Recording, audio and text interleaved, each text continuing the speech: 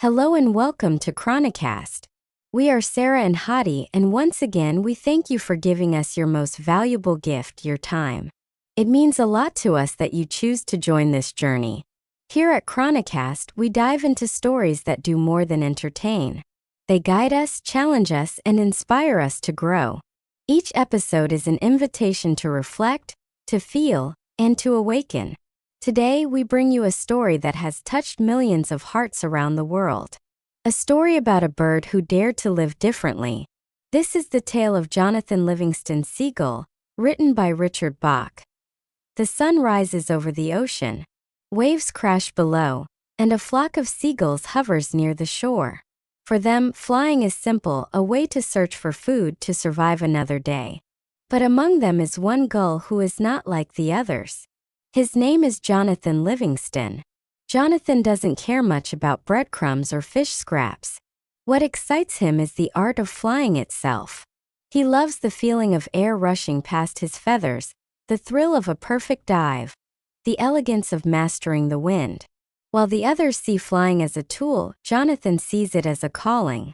Again and again, he practices maneuvers.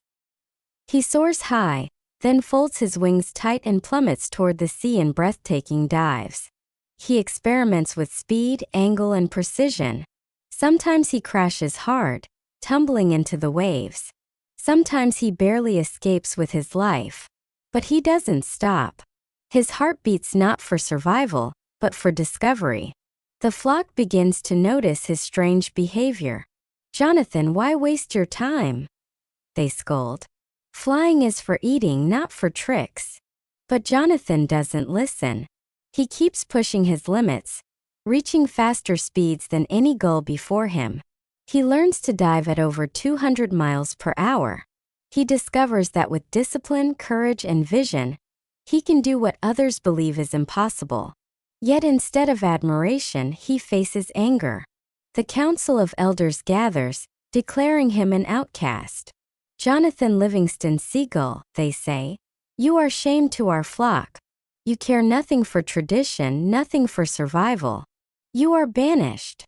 Exiled and alone, Jonathan feels the sting of rejection.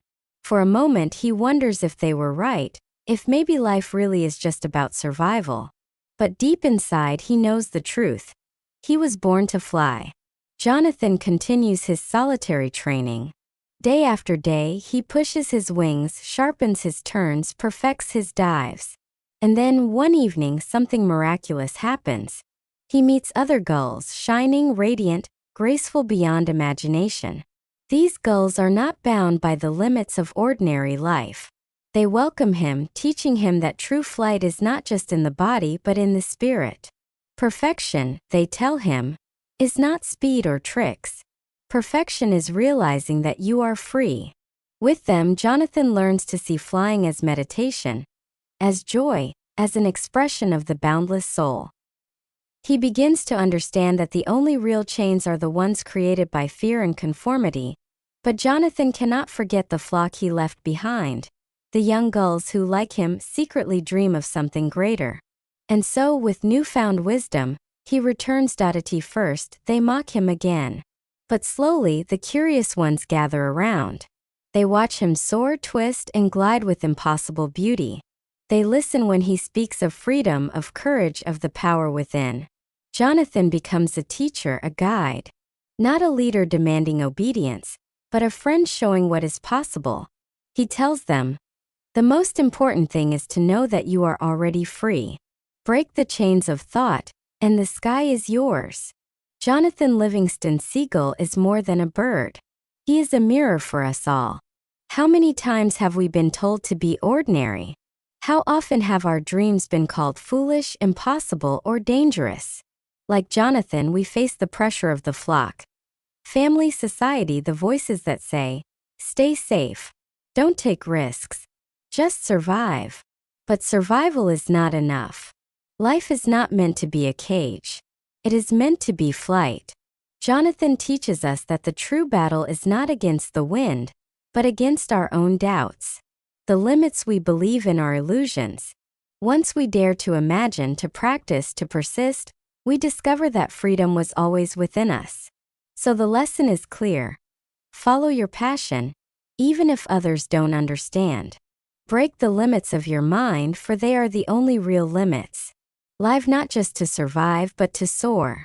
Thank you for joining us on this journey through Chronicast. We, Sara and Hadi, are deeply grateful for your presence and your time. The story of Jonathan Livingston Seagull is a reminder that we all have wings. Wings of imagination, courage, and purpose. So the next time you face doubt, or when people say your dream is impossible, think of Jonathan. Remember, you were not born just to exist. You were born to fly. Until next time, stay inspired and keep soaring.